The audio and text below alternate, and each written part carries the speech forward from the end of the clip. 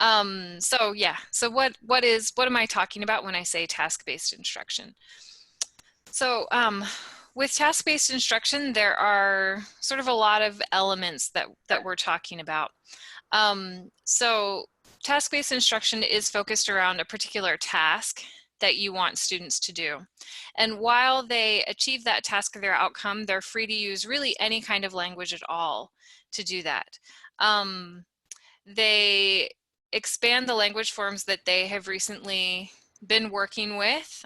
So maybe they grab something that you've been practicing in class, but maybe they have other things in their toolbox that they bring in. So rather than a specific activity where you're like, we are going to be practicing the past perfect tense, with a task, they can use any grammar or any vocabulary that they have in their toolbox to do it. The central focus of it is on meaning, meaning and using the language in a meaningful way. And so as I mentioned, the focus on form or the focus on grammar is less important in a task-based kind of approach or curriculum. So all of the tasks are communicative, with the focus being on, can you communicate meaning? And they will encounter new language. So when you're dealing with task-based instruction, you're not in a neat little box where you've controlled everything for the student. The students are going to experience things that they would in the real world, things that they don't know, and that's okay. So as long as they can kind of still be successful at the task that you've set for them. Again, there's little or no focus on specific language forms. The lessons are pretty student-centered, based on the student's interest and what the student wants to do or to focus on. And throughout the task, the instructor doesn't correct the students as they're performing the task. The feedback comes after. So there's actually a module, a self-paced module in the teacher training on the LMS. So in the teacher training course about task-based instruction that I pulled these slides from. So this one at the beginning, and then this next one that talks about, okay, so like talking about task-based instruction, what is the task? So a task is a little bit different than just a language learning activity, in that in a task, the target language is used by the learner for a communicative purpose to achieve an outcome. So there has to be some kind of measurable outcome for the task. So it's not just describe a picture, but it's, describe a person so you can recognize them at the airport or something. A lot of times tasks focus on real world application of the language. So something that learners would do in the real world, or there's a real, something that's measurable, something that's concrete, that you can tell yes or no, did they accomplish the task. And tasks tend to increase learners' motivation. They know they have to accomplish this thing, and so they're motivated to do it. And that kind of maximizes the learning opportunities. And some types of tasks include jigsaw, information gap, problem solving, decision making, and opinion exchange. And we'll go through some of those as we go through. Does anyone have any questions? Does this sound familiar? Is this similar to what you were doing already in class? That's it. Okay, no questions. Okay. Yeah. Oh, I think I missed. Okay, so as you're setting up sort of a task-based lesson, there's kind of a framework that we talk through. And this again is in a little more detail in that. Hello. Hello, welcome. Thank you. The task-based framework is talked about a little bit more detail in that task-based instruction module in the teacher training. But basically you have your objective, which is based on your ILR descriptors, what you want the student to be able to do. And then at the core of your lesson is the task cycle. But before you get into the task, you have some kind of a warm-up to get the students ready to do the task. And then in the task cycle, you give the students the task. Sometimes you can give them a model of the task first. So you as the teacher can provide a model of what you want the students to do in the task. Sometimes you can find authentic materials online that are the model. So maybe a video or a podcast or something that's modeling the language that you want the students to produce during the task. And then the students have a planning time where they plan what they're doing for the task. They perform the task, and then typically there's like a reporting. The reporting could be them actually performing the task, or you know, if it was like a written task, they can report and say, this is what I did, but there's a reporting section of the task cycle. It doesn't necessarily have to be in this order. Sometimes the students can perform the task first, you know, without a model if you think that they're ready for that. But these are typically the things that happen during the task cycle. Then after the students kind of perform the task, this is when the actual teaching happens. So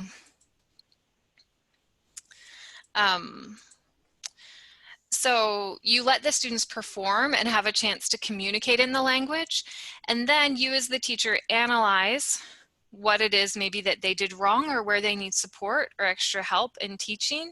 And you identify those teaching opportunities, and you give the students the opportunity to practice those things that maybe they weren't so strong at as they were doing the task. And then after the task, you give the students an extension activity, either with more practice with the same task, they can try and do the task again, or maybe you're giving them some additional practice with the language forms or vocabulary that they, you know, maybe needed additional support for the task. Okay, so this is kind of how you set up a task-based lesson. So it's a little bit different maybe than the kind where you're presenting information, you're having the students practice, and then, you know, present, practice, perform, right? That kind of a thing. With this one, you really let the students get in and try it. And then based on that, you plan what it is that you're going to teach and help support after they've done the task. Okay.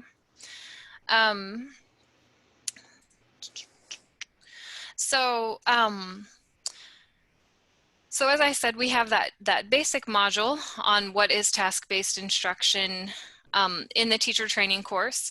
And so what's the purpose of this presentation? Why are we talking about task-based instruction online? Now that you're teaching online, there are many, many resources available that you can use to create sort of a more task-based lesson. The resources that are available will probably help increase student motivation, and it gives students an additional proficiency practice in a real world context. So there are a lot of benefits to doing this task-based approach. And we're not saying that you have to do this every lesson, every time, but what I really want to focus on are a few ideas of how maybe you can adjust things that you're already doing in your classroom, find an opportunity to take something that's in your textbook or in your curriculum and expand it into something that's task-based to give the students a little bit more of this proficiency practice and communicative practice. So there are a lot of ways to do this. The things that I'm going to be talking about, are just my ideas. And I had some feedback from some colleagues. So I'm sure as we go through, you'll have a lot of ideas as well. And so we'll get a chance at the end actually for you guys to work a little bit in groups and come up and share some ideas of things that you can do that you think you can do for your class. So. Yeah, so the questions that I want you to focus on are how can I make the activities in my textbook and curriculum more task-like? How can I make them more like tasks? And how can I use online resources to make these activities more interesting and motivating? So just kind of think about those things as we go through the presentation. So I have divided the presentation according to ILR level, because there are some things that will work better, maybe at 0+ than they will at level 3. And you may think, okay, if we're asking our students to do these real world tasks, what can a 0+ student really do?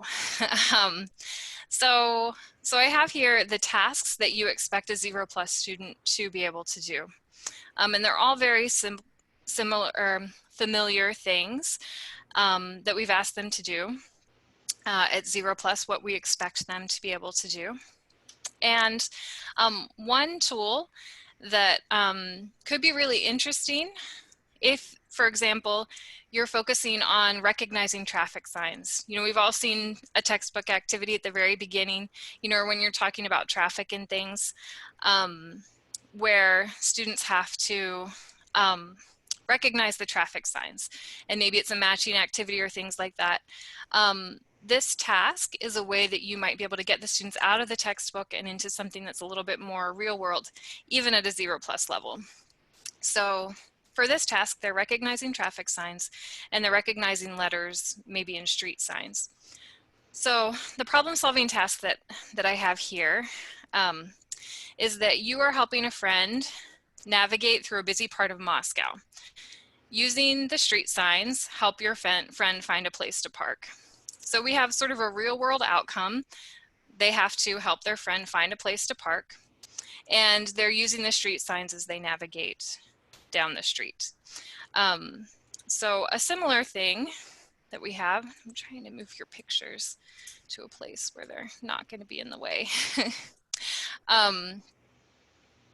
So a similar thing that focuses on a slightly different task at 0+ is recognizing letters in personal or place names, street signs, and office and shop designations. So using sort of the same Google Street View, in this task, it's sort of an infogap task. So one person has some information, one person has another.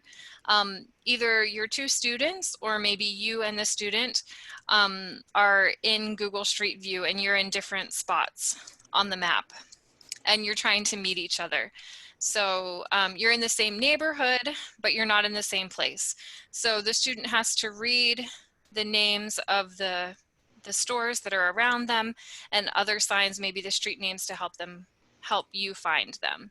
So if I'll open this up really quickly, you can see that in Google Street View, there's a lot of Russian text that they can kind of sound out and tell you, oh, you know, and using kind of memorized formulaic phrases, they can say, you know, I see this bank, you know, I see this street, you know, and then you as the person who are listening, or you can change places, can kind of go up and down the streets and kind of look around and see, okay, do I see the sign that says that or not? So that's a very basic way that you can use Google Street View to practice sound and script at kind of a 0+ level.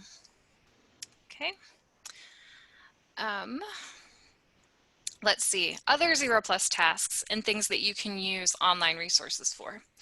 So at 0+, we expect students to be able to read and understand schedules. So there are a lot of different kinds of schedules that you can find online. So I had theater, like maybe movie theater, although right now during the pandemic, a lot of movie theaters aren't actually showing movies, so that one might not be the best choice at this one, but you know, train and airline schedules. So a decision-making task that your student could do would be to select a movie time or a train ticket or a plane ticket based on the schedule that's best for them, and then they report the choice either to the class or to the teacher. So you can find any, you know, train booking webpage or airline in the target language, movie theater pages, or kind of anything else that might have a schedule, and do this kind of a task with a 0+ student. Okay, another 0+ kind of task that is appropriate is reading menus or recognizing maybe words or sort of memorized phrases on menus. So you can find a web page for a restaurant that's in the target language that has a target language menu. And a decision-making task you can do with a student is the student is choosing a restaurant. They need to read the menu from several different restaurants and then select the one that they want to go to. So they would just say, I want to go here. A problem-solving task, maybe the student is really craving a particular kind of food. And so you can have them look at the menus for a couple different restaurants and then find the restaurant that serves that item or the restaurant that they want to go to that way. So these are a couple of things you can do to find authentic materials online that then you can have a student, even at a 0+ level, do a very basic task. Okay. So it's nice because as the student's proficiency grows, then they have a lot more room to actually perform and do things. So some of these tasks at level 1, 2, and then 3 are a little more interesting than the 0+ tasks. So here's a list of things that you would expect a student to be able to do at level 1. So asking survival questions, making small talk, explaining routine procedures, etc. Renting a house. And here are just a few of the tasks that I thought you could do with your students at a level 1. So the first one is a video documentary task. So this is a project that you can have the students do to create a video documentary, maybe describing their daily routine. So if you're covering daily routine in your textbook and you have, a project or an activity that says describe your daily routine, this is a project that you could do that could expand that activity into something that's a little bit more like a task. So you could use an app like iMovie or Animoto. Animoto is a free video app, video making app. And the student would select pictures and then they could record a narration over the pictures to describe their daily routine. So they don't have to be pictures of themselves, but they could be pictures of somebody, waking up, somebody making breakfast, all of those kinds of daily routine activities that then they could narrate over. So, and if you have more than one student, an extra step for this, rather than just having them record and narrate, would be to have them exchange videos or, watch them all together. And then they could decide, whose routine is the most interesting, who's the most busy, something like that. They could make some kind of a judgment call where it's like, who has the easiest routine.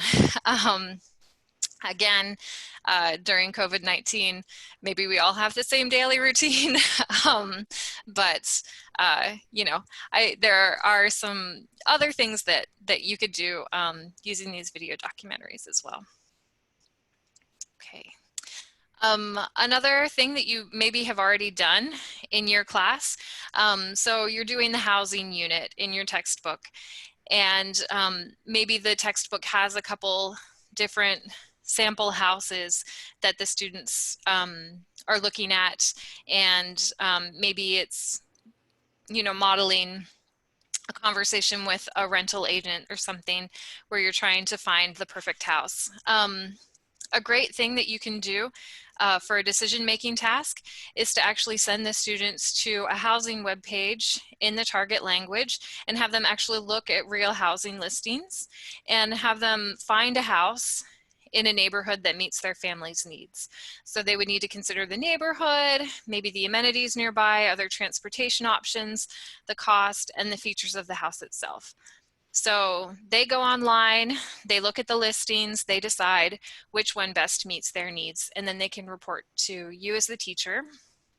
If you have multiple students, maybe you're finding a house for your classmates. So you have to interview your classmate, find out what it is that they need, how many people are in their family, etc., and then find a house that they like, and then suggest, I think this is a good house. Or maybe there's, maybe you are the teacher and you're looking for a house and all of the students are trying to find similar houses. They find what they want, and then as a class, they decide which house is best, who found the best house. So those are some ways that you can do a sort of housing-based decision-making task. Okay. Another decision-making task that uses online classifieds is, say you want to buy something. There's something that a student needs, and so they're going to the online classifieds. They choose what item it is that they're looking for, and they go to the online classifieds. They browse through the different ads, read the descriptions, etc., and then find an item that they want to buy. So there are a couple different things you could do as a follow-up to this one. So they could simply explain to you, the teacher, why they chose that item. But a more realistic response maybe would be to draft an email or a message to the sender to ask questions about the item or to make an offer on price. Or they could role play a conversation, like a phone call that they would have with the buyer to make arrangements to buy it. So there's a couple different options there. Another thing that you could do is actually have your students write their own classified ad. So say they have something that they want to sell, and they could write a very simple ad to post their item for sale. So they have to include the details about the item, its condition, and the price. And then this one could be fun if you have more than one students. They could read each other's posts and decide which item they're interested in, which ones they're not, and then they could role play conversations about you know, who wants to buy whose item. So that's a good resource that you can use there for online classifieds. Okay, so say you need to make an appointment. You're doing a lesson on making appointments and sort of time and schedules, or you know, the classic making an appointment with the doctor. So a way to kind of take that typical textbook activity and make it a little more task-like would be to have the students do some research online to find a doctor, or say a dentist or a hairstylist or someone else that they need to make an appointment with, an electrician, you know, depending on what they already know. And what you want them to do, or maybe even what's interesting. I know maybe some of you, some of your male students might not be that, you know, interested in researching hairstylists as your female students, right? So, so you could go to, if the target language that you're working with has a version of Yelp or some other review webpage, you can go there, have them look through the reviews for several different providers, and then have them choose the one that they like the best. So they can choose the one that they like best and then maybe explain to you, the teacher, I like this one because they're cheapest. I like this one because they're reliable, or whatever. Or they can actually role play the call to make the appointment. So rather than just having them role play in the book, you're actually basing it in something that's a little bit more real world, and maybe something that, I don't know, you and I do anyway when we're looking for these kinds of services, right? Okay, so that's kind of a very basic level 1 kinds of tasks that you can do. So let's move on to a little bit more intermediate students. Maybe your student is a 1+ or gearing toward a level 2. What are some things that they can do? Well, we know with level 2 learners, we're expecting that they're going to be able to narrate in the past, the present, and the future, that they'll be able to listen to news in a predictable format. We expect them to make future plans, deal with directions and explanations, as well as maybe reading some more technical materials. So if these are the level 2 tasks, here's another possibility. So similar to the level 1 task, they could do a video documentary. But this time, they could create a video documentary describing a recent vacation or a story from their childhood, or maybe describe an upcoming event.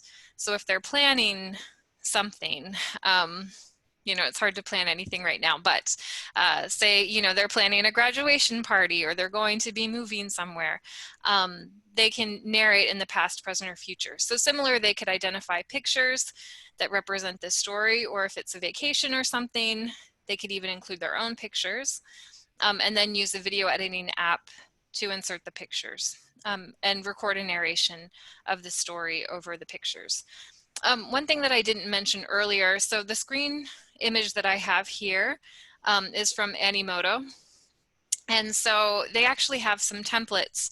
So they have, you know, a narrative template that could help your students more easily create the video. And they have a lot of different kinds of templates that, you know, you might like the idea of having your student create a video documentary. Go there and find a different template that sparks an idea of something that, you know, you might want your students to do that fits better with the objectives for your student at this time. So anyway, that's just a note about those templates in Animoto. So, and then if you have a video documentary and you have more than one students, again, they can watch each other's videos and then decide whose was the best, the most interesting, you know, who told the most detailed story or the craziest story, anything like that. And that watching each other's videos and responding to that, I think would be very motivating and kind of fun for them to do. So another project task that you could have them practice narrating in the past, present, and future, and also a level 2 task that I didn't mention here in this list because it's not exhaustive, is detailed descriptions. Would be maybe writing a restaurant review for a web page. So maybe you're writing a Yelp review.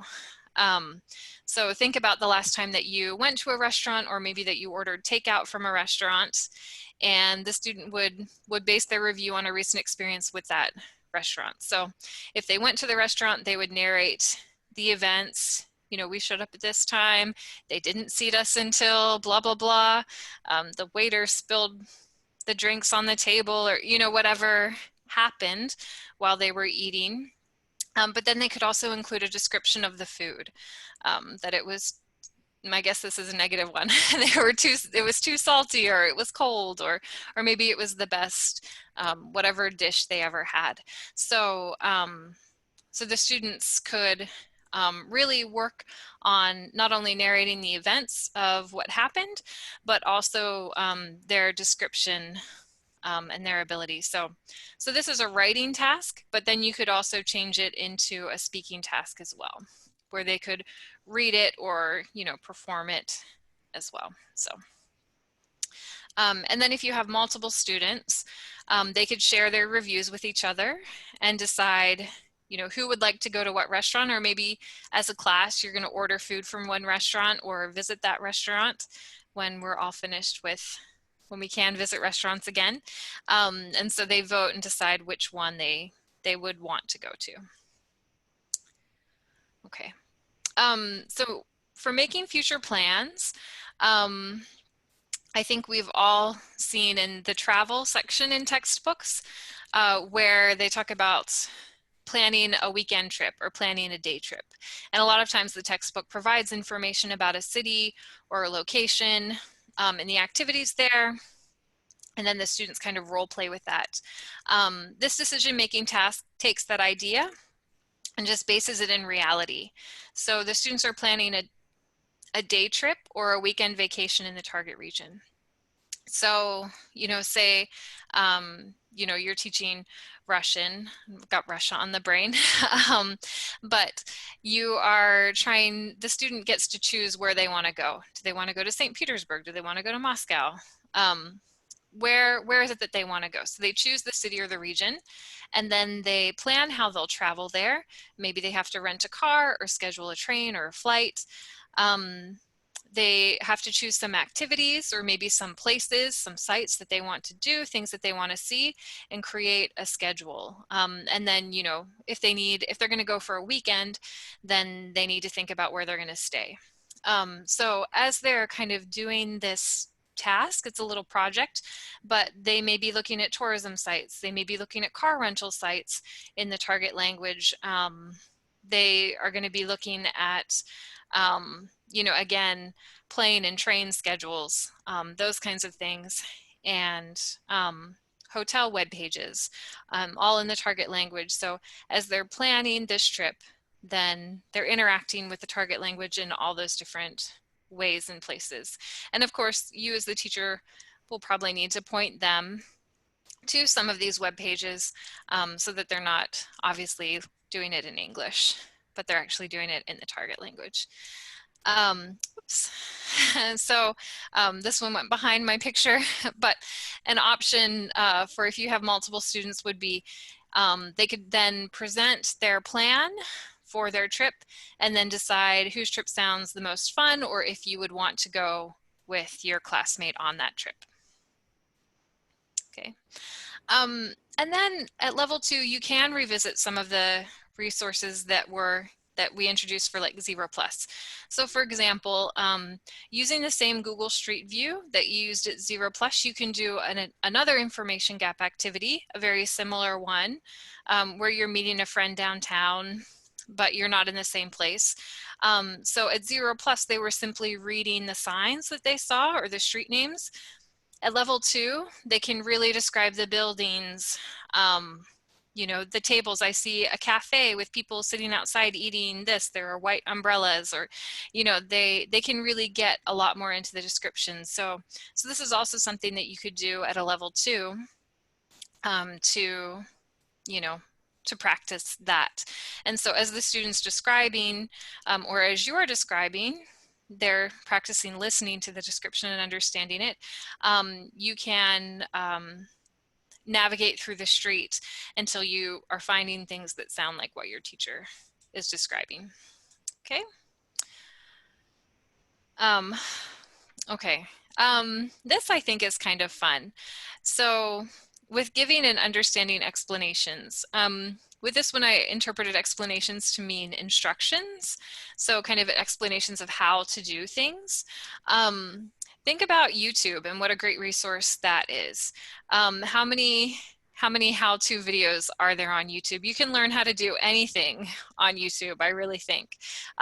So an interesting task that you could do would be maybe a jigsaw task with a YouTube video where you find something. For example, this is a cooking video where someone's explaining how to cook a recipe. So in this jigsaw task, if you have more than one student, each student watches a certain section of the video. Or if you only have one student, then the student watches one half and you watch the other half.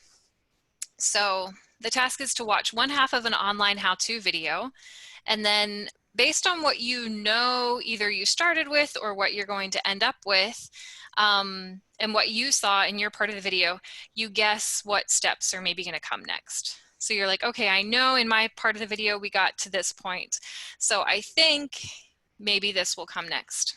And then the students get together and they compare. They say, okay, well, this is what I saw. What did you see? Okay, did I guess correctly? And they can kind of compare what they guessed would happen with what actually happened in the second half of the video. Okay. This was an idea that I got from Jessica, so thank you, Jessica. But if you've ever built anything from IKEA, you know that their instructions are just those little pictures. And, you know, this might not work for all students, but maybe it'll spark an idea of other things that have picture instructions. But this kind of a project task would be to create a video narration describing how to put together a piece of IKEA furniture. So if you go to the IKEA webpage, if for whatever reason, maybe you're teaching IKEA-like vocabulary, this might be helpful. But if you go to the IKEA webpage, you can pick any of their products and come down here to Assembly and Documents. And then when you do, you can find the assembly instructions. And it has a little booklet with the pictures. So you could have the student pick something, maybe that they're building or that they're interested in, and then, you know, narrate the pictures. So, okay, for this activity, you're going to need a flat screwdriver and a cross screwdriver, a Phillips screwdriver, you know, and they're like, if you have questions, you can call the number, you know, and then as they go through, You know, put the screw here, put the screw there. Again, this vocabulary may or may not be exactly what your students need, but maybe you can find other things that are similar to this, similar to the vocabulary that you're teaching. And you could have the students create a video with an explanation based on pictures. So I think that's kind of a fun idea. Thanks to Jessica for that. And then another thing, I put YouTube as kind of the source of this one, but it's a more project task, similar to these, would be for the student to create a how-to video to post on YouTube, but based on their own interest. So, you know, maybe they want to teach how to cook a recipe or how to make a home repair or to do a craft or something else that they want to teach somebody. And so in their preparation part, they would identify the steps, they would identify the supplies, kind of work on their narration, and then they would record a video demonstrating it and explaining how to do it in the target language.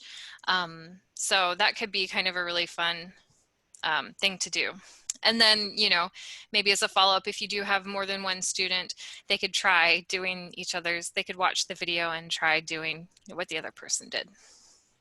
Okay, so the final group of activities that I have here are for more advanced students. So if your students between, you know, maybe 2+, they're working toward level 3. So what are level 3 learners expected to do? What kinds of tasks? We have being aware of cultural factors, expressing an opinion, understanding humor, discussing the news, problems, starting to negotiate, being able to function in a professional environment.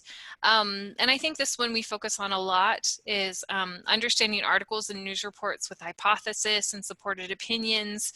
So they're not just dealing with facts at this level, but they're actually dealing with opinions, and they're able to answer objections, clarify points, and justify decisions.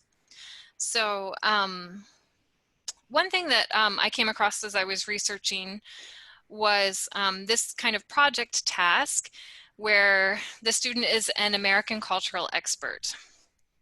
So a lot of our students probably have the experience when they go abroad that they find that they have to be the defender of American, all American culture. And they have to kind of be prepared to explain, you know, people ask them about politics or why this happens or this happens. And so it might be helpful for them to kind of think about some of these things in American culture and prepare how to talk to somebody about it. So an idea of a task that you could do would be, this is just an example, but the student could create a podcast. So maybe a short little podcast episode explaining some of the confusing aspects of American culture. So I'm sure you as teachers, you can think back to when you first moved to the US and you're like, what are these crazy people doing? Or maybe, you know, things that are common in, you know, your home country where your target language is spoken, perceptions that they have of the United States, and think of some of those things. But you know, possible topics could be like the Electoral College. How does that work? What are Americans doing tipping all the time? Like, what is that about? You know, sometimes specific phrases or other things. So the student would have to kind of think about that, reflect on what that means in American culture, maybe how it's different in the target culture, and then create a podcast to explain that. So other things that they could do would be to, you know, just prepare a presentation. They could also do a video.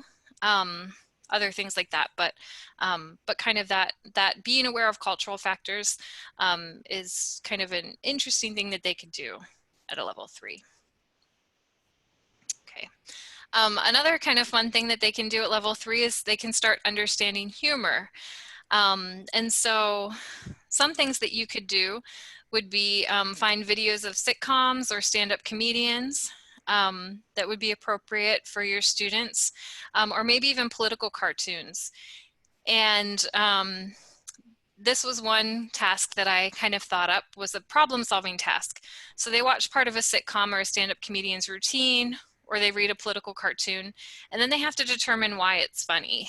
So sometimes culture doesn't translate across, or humor doesn't translate across cultures. So maybe they have to figure it out.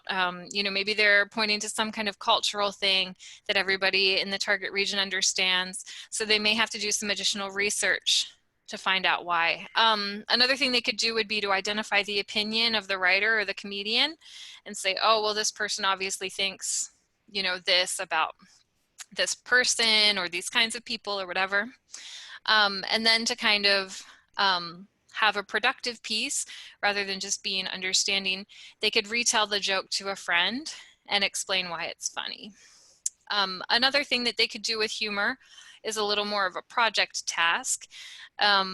So for the student, you like jokes, but realize that some jokes don't cross cultures. So you're creating a bank of target language jokes in order to better understand target language humor. So the student would compile a list of jokes, and then for each, identify why it's funny. So they may need to do some additional research. So if you're trying to figure out, oh, you know, what is it about this one region? Like, why do they think this is so funny?